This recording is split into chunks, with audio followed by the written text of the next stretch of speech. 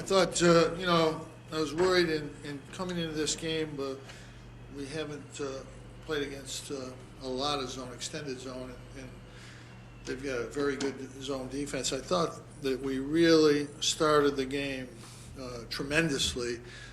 Jeremy got into the lane and made some really good. We had good ball movement. We got the ball in the lane. We played good defense.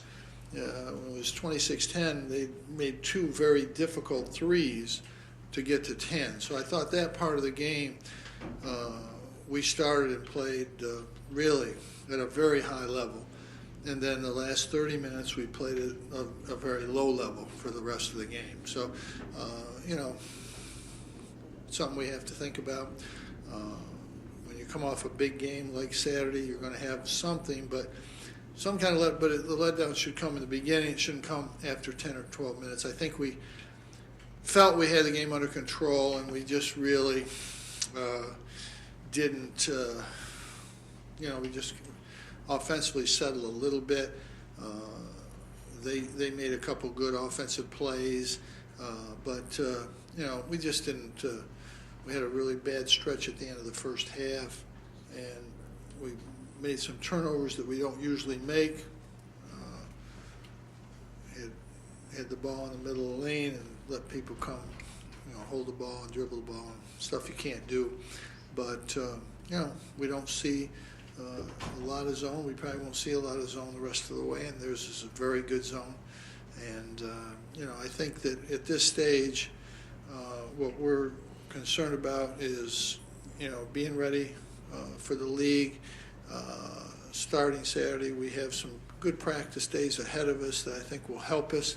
I think that Christmas break, throws you off a little bit, and we need to get back and work on some things. I think that we really have come through the first 13 games in the non-conference schedule as well as you could ever hope for. We had a lot of battles. We had a lot of tough games. We played some really good teams. It's ironic that the one game we could have lost was St. Francis. And with a schedule like ours, that's something you wouldn't think would happen, but it's really the only game that at the end that we could have lost. So I think we have put ourselves in the best position we could possibly put ourselves in, and now we just start something all over where we're 0-0, and we need to focus on that and be ready. Miami has really improved. They started slow. They've got a lot of young guys. They've really improved their last few games, and it'll be a great game Saturday, and we're looking forward to it. Can you talk about what you're most pleased with so far and what your biggest most concerns, what you're most pleased with so far? And what No, I'm just happy with what we've done. I think we've still got to get better, but I think we can still improve in all areas of the game. I don't think there's any one area. Today was our worst day in terms of making some bad turnovers as a group,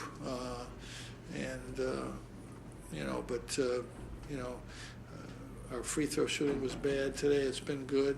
When it's bad, it hurts you. You start missing free throws and missing front ends. Those things hurt you, and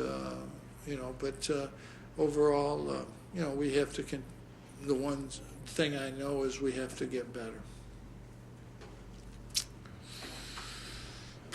How is Damon's leg? Well, right now we're treating it. He's going through a series of treatments that we hope will help him be able to play. And really, I think it's really kind of a day by day. It's not week to week. It's really day to day. He had a treatment yesterday, and so couldn't play today. But we're going to look at it the next 2 days, see how he responds and to treatment, and make decisions based on how he responds. Do you know if he suffered it in one particular play? No, there's not one play. Coach. Jim, how many games have you seen where maybe the best player on the floor didn't score a point? I didn't see one tonight, but, you know, if that's what you mean. He wasn't your best player? No. Jeremy Grant won the game in the first 5 minutes of the game. Had 10 points and 11 points, 10, 11 points first 5 minutes. He's a good player, though, even though he didn't score. And I think that's what you mean. You cannot score and be a very productive, good player. If you're a center, rebound, defense, block shots, and don't score, that's good. I told Rock at halftime he had his worst half of the year. He had 8 points. He didn't have a rebound, didn't make a significant good defensive play. And so it's not about points. Tyler, you know, I'm not concerned about his scoring. He doesn't score a lot against zones. He doesn't look to. He can make shots, but he gets in the lane and makes plays. And, you know, he missed 2 layups tonight that he usually makes. And this wouldn't be a game where he would score a lot, but, you know, he would normally get 6, 8 points in a game like this and 9, 10 assists. But, you know, he's a good player whether he scores or not. There's some games that will need him to score, but you know, when they cheat to Trevor like this, and people are going to do that, it opens up so much. I mean, Jeremy Grant went to the basket, and the guy that would normally be there to help was standing in the corner on Trevor Cooney. We had a fast break, and there was one guy back, and he ran to the corner to Trevor Cooney, and Jeremy went down the middle and got a dunk. I mean, if they're going to play him like that, then it just opens up these other things.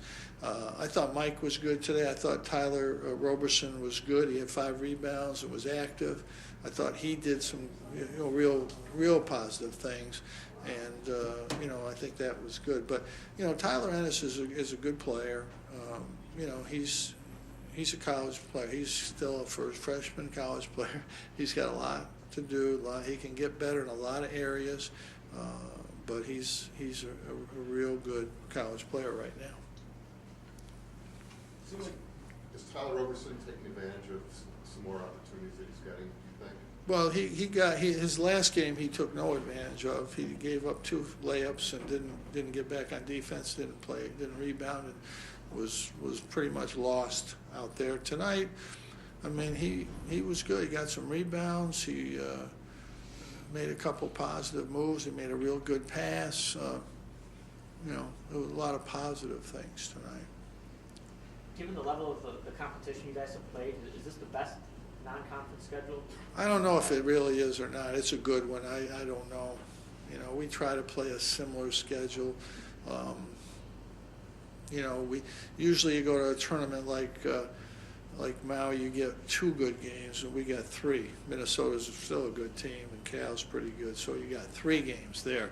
You know, and obviously, you know, Indiana and St. John's and Villanova are good, but St. Francis turned out to be the best team we played so far.